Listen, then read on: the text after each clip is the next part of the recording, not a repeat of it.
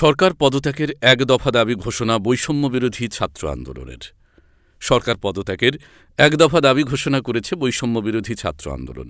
আজ শনিবার রাজধানীর কেন্দ্রীয় শহীদ মিনারে হাজার হাজার মানুষের সমাবেশে বৈষম্যবিরোধী ছাত্র আন্দোলনের পক্ষ থেকে সমন্বয়ক নাহিদ ইসলাম এ ঘোষণা দেন। বিকেল ৫:৩০টার দিকে নাহিদ ইসলাম মাইকে সমবেত মানুষের উদ্দেশ্যে বলেন, মানুষের জীবনের নিরাপত্তা ও সমাজে ন্যায় বিচার প্রতিষ্ঠার জন্য আমরা এক দফা দাবির সিদ্ধান্তে উপনীত হয়েছি। এক দফাটি হল প্রধানমন্ত্রী শেখ হাসিনা সহ এই সরকারের পতন ও ফ্যাসিবাদের বিলোপ। নাহিদ আরও বলেন, বৈষম্যবিরোধী ছাত্র আন্দোলন থেকে আমরা খুব দ্রুতই ছাত্র নাগরিক অভ্যুত্থানের জন্য সর্বস্তরের নাগরিক, ছাত্র সংগঠন ও সব পেশাজীবী মানুষের সঙ্গে মিলে সম্মিলিত মোর্চা ঘোষণা করব। সবার সঙ্গে আলোচনার মাধ্যমে ভবিষ্যৎ বাংলাদেশের জাতীয় রূপরেখা আমরা সবার সামনে হাজির করব। শুধু শেখ হাসিনা নন, মন্ত্রিসভাসহ পুরো সরকারকে পদত্যাগ করতে হবে। এই ফ্যাসিবাদী শাসন ব্যবস্থার বিলোপ করতে হবে। আমরা এমন একটি বাংলাদেশ গঠন করতে চাই, এমন একটি রাজনৈতিক বন্দোবস্ত তৈরি করতে চাই, যেখানে আর কখনো কোনো ধরনের স্বৈরতন্ত্র ফ্যাসিবাদ ফিরে আসতে না পারে, বলেন নাহিদ। যে স্বতঃস্ফূর্ত ছাত্র নাগরিক অভ্যুত্থান শুরু হয়ে গেছে, তার সঙ্গে মানুষকে যোগ দেওয়া এবং পাড়ায় পাড়ায় মহল্লায় মহল্লায় সংগঠিত হওয়ার আহ্বান জানান নাহিদ।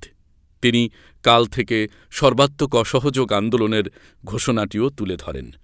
সরকারি চাকরিতে কোটা সংস্কারের দাবিতে ১ জুলাই থেকে লাগাতার আন্দোলন শুরু করেন শিক্ষার্থীরা। ১৬ জুলাই সংঘর্ষে ৬ জনের মৃত্যু হয়। এরপর আন্দোলন আরও বেগবান হয়। পরবর্তী সময়ে সংঘর্ষ ও সংঘাতে এখন পর্যন্ত ২১৬ জন নিহত হয়েছেন, আহত হয়েছেন বহু মানুষ।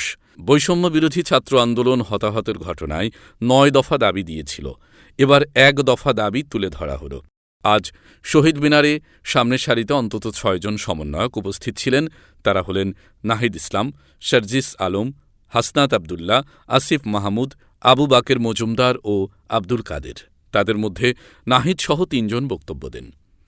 বৈষম্যবিরোধী ছাত্র আন্দোলন আজ শনিবার সারা দেশে বিক্ষোভ মিছিল কর্মসূচি পালন করে। রবিবার থেকে সর্বাত্মক অসহযোগ আন্দোলনের ডাক দেওয়া হয়েছে। আজকের কর্মসূচিতে অংশ নিতে রাজধানীর বিভিন্ন এলাকা থেকে বিক্ষোভ মিছিল নিয়ে শহীদ মিনার এলাকায় একত্র হয়েছেন শিক্ষার্থী ও সাধারণ মানুষ। আজ শনিবার বেলা ২:৩০টার পর থেকে দলে দলে শহীদ মিনারে জড়ো হতে শুরু করেন বিক্ষোভকারীরা। সময় যত গড়াতে থাকে, আন্দোলনকারীদের সংখ্যাও তত বাড়তে থাকে। হাজারো মানুষের ভিড়ে শহীদ মিনার চত্বর ও এর আশেপাশের এলাকা একাকার হয়ে যায়। শহীদ মিনার ছাড়াও ঢাকার বিভিন্ন জায়গায় শিক্ষার্থী ও সাধারণ মানুষ সমবেত হয়েছিলেন। ঢাকার বাইরে কয়েকটি জেলায় সংঘর্ষ হয়েছে, বিভিন্ন জেলায় বিক্ষোভও হয়েছে। এর আগে সকালে জানা যায়, বৈষম্যবিরোধী ছাত্র আন্দোলনের সমন্বয়কদের সঙ্গে আলোচনায় বসতে চান আওয়ামী লীগ ও ১৪ দলীয় জোটের নেতারা। আওয়ামী লীগ নেতারা জানিয়েছিলেন, দলের পক্ষ থেকে ৩ জনকে আলোচনার দায়িত্ব দেওয়া হয়েছে। তারা হলেন দলের সভাপতিমণ্ডলীর সদস্য জাহাঙ্গীর কবির নানক এবং যুগ্ম সাধারণ সম্পাদক আ.ফ.ম. বাহাউদ্দিন নাসিম ও মাহবুবুল আলম হানিফ। দলীয় সূত্র জানায়, বাংলাদেশ ওয়ার্কার্স পার্টির সভাপতি রাশেদ খান মেনন ও জাসদের সভাপতি হাসানুল হক ইনুকেও আলোচনায় থাকার অনুরোধ জানানো হয়েছে। জানতে চাইলে মাহবুবুল আলম হানিফ জানান, সমন্বয়কদের সঙ্গে তাদের এখনও যোগাযোগ হয়নি, যোগাযোগ করা হবে। তবে বৈষম্যবিরোধী ছাত্র আন্দোলনের সমন্বয়ক আবু বাকের মজুমদার বলেন, এখন আর আলোচনার সুযোগ নেই, সিদ্ধান্ত আসবে রাজপথ থেকে।